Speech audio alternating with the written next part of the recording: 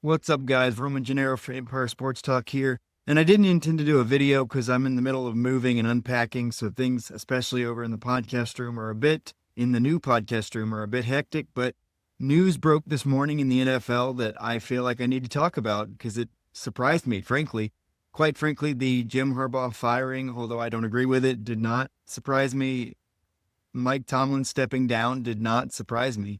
But the move that did surprise me was earlier today, the Buffalo Bills fired head coach Sean McDermott after several successful seasons, a lot of consistency, and several playoff runs. But they fired him because in a year that was thought to be Josh Allen's chance at the Super Bowl, because there was no Patrick Mahomes, no Lamar Jackson, no Joe Burrow, the Buffalo Bills fell short again in the divisional round to the number one seed Denver Broncos. And despite what you feel about the end of that game as far as officiating, it is where we are. So because of that playoff exit, the Bills have severed their ties with their longtime head coach, which brings to mind who's next. And this is very, very interesting because this was a job that not really many people expected to be open, but it's certainly, with Josh Allen and James Cook and what that offense always has potential to be, is a very attractive job. So first, I want to talk about that I don't necessarily agree. Like I mentioned, I don't necessarily agree with the fact that they separated from Sean McDermott. I understand why. I understand when you have Josh Allen, when you have the team that they've had in years past, when you've been the number one seed, when you've been the division champ, you have high expectations, and that expectation is to get a Super Bowl. And when Josh Allen has won an MVP, your expectation is to win the Super Bowl. And they didn't do that, especially in a year where it seemed to be easier.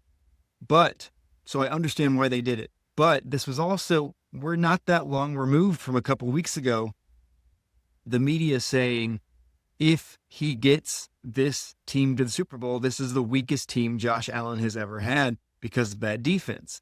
And he went into that divisional playoff game with 3 healthy receivers, one of which had only been there for 2 weeks.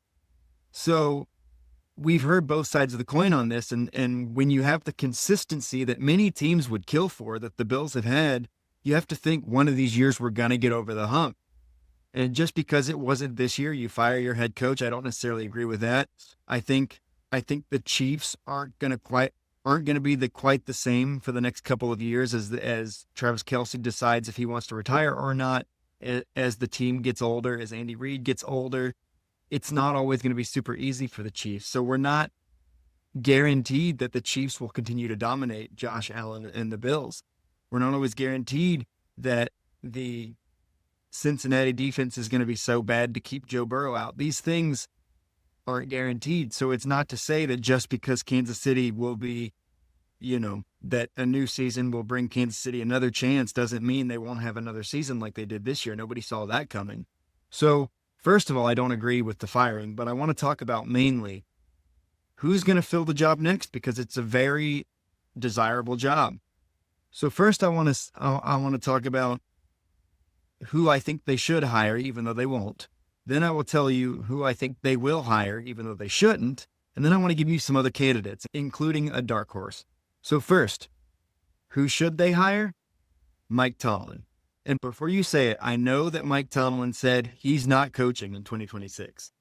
And I kind of agree with that. There's many saying that he probably stepped down from the Steelers because he took a team that probably shouldn't have been in the playoffs for the last several years to the playoffs. So it's not that he got outcoached in the playoffs. It's that his rosters weren't up to snuff to be in the playoffs, and he still got them there, a testament to coaching.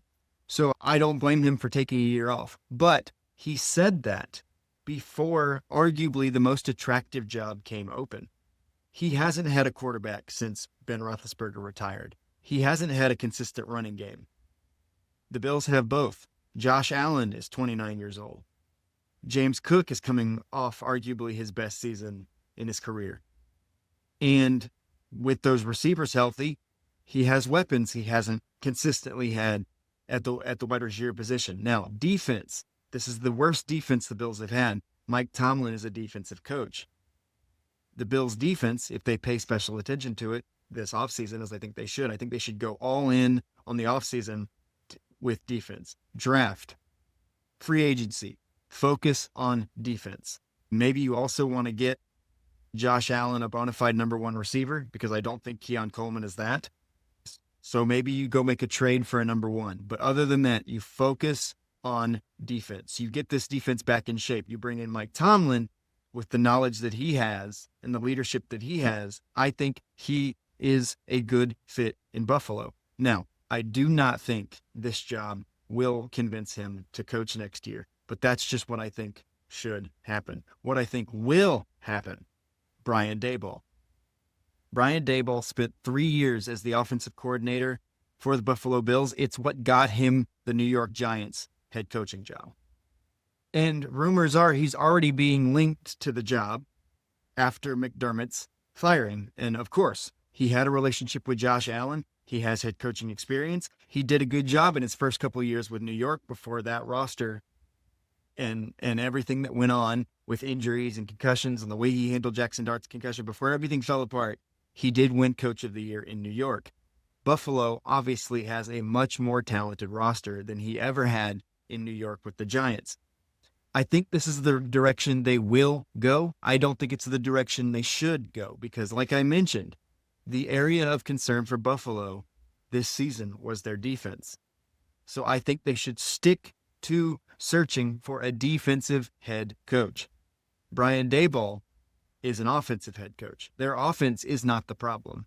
Now, I know that Sean McDermott was a defensive head coach, but I still believe they should stick to the defensive side of the ball because that's the area of concern. Look at Houston. DeMeco Ryans is a defensive-minded coach, and their defense has been their strong point. I'll talk more about Houston in a second.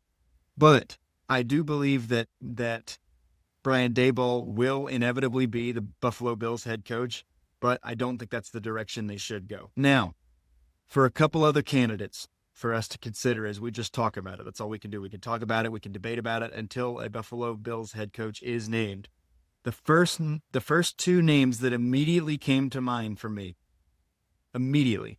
were Vance Joseph, the Denver defensive coordinator, and Brian Flores, the Minnesota defensive coordinator. Both of these guys' names have been thrown around in head coaching search this year as well as last year. They've managed to stay at their respective positions.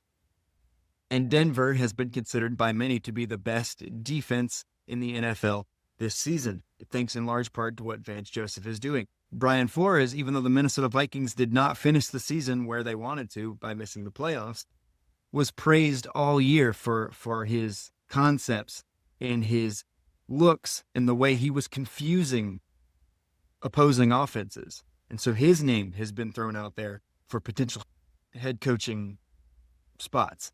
And while Minnesota was not near the top in terms of turnover differential or anything like that, largely because of the inconsistent play at quarterback on their offensive side, they were top 5 in the league in yards allowed, and they forced more fumbles than anyone else in the NFL. So I think Brian Flores would also be an excellent choice to potentially be the next head coach of the Buffalo Bills. Now, the best candidate in my mind for this job, whose name has also been thrown around, and he would be a first-time head coach, is a team that Buffalo has already seen this year, the Houston Texans and their defensive coordinator, Matt Burke. Even early in the season, when the offense was struggling and they got off to, an 0-3 start, it was Houston's defense that kept them in it. And it was Houston's defense down the stretch as the offense was picking up and Houston was starting to win games. It was their defense that won them those games.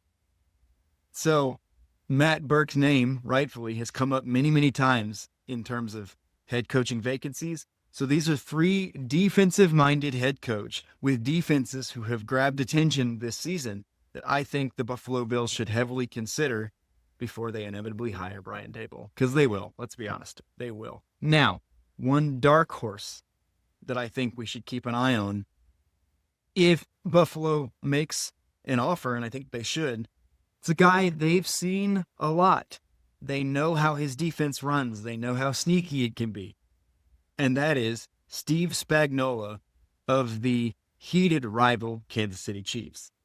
Over the last couple of years, as the offense has been inconsistent at times, it's the defense and the complex looks and routes and adjustments by Steve Spagnuolo that has made headlines for Kansas City and what the defense has been able to do even as they've gotten a little bit older. So this is somebody that I think Buffalo should try really, really hard to get as their head coach. He has head coaching experience. He's defensive minded. He knows the Chiefs well. So you go and you snipe somebody from your heated rival to then try to scheme to beat them. You couldn't write a better story than that. I don't think that'll happen. Like I've said ad nauseum in this video, I do believe they're going to kind of screw this up and go hire an offensive head coach in Brian Daboll just because of his history with Josh Allen. But the offense, as I said, if everybody's healthy, has not been the problem for the Buffalo Bills this season. It's been the defense. That's why I think they can stay the course with a defensive-minded head coach and spend almost all their offseason attention and assets on defense.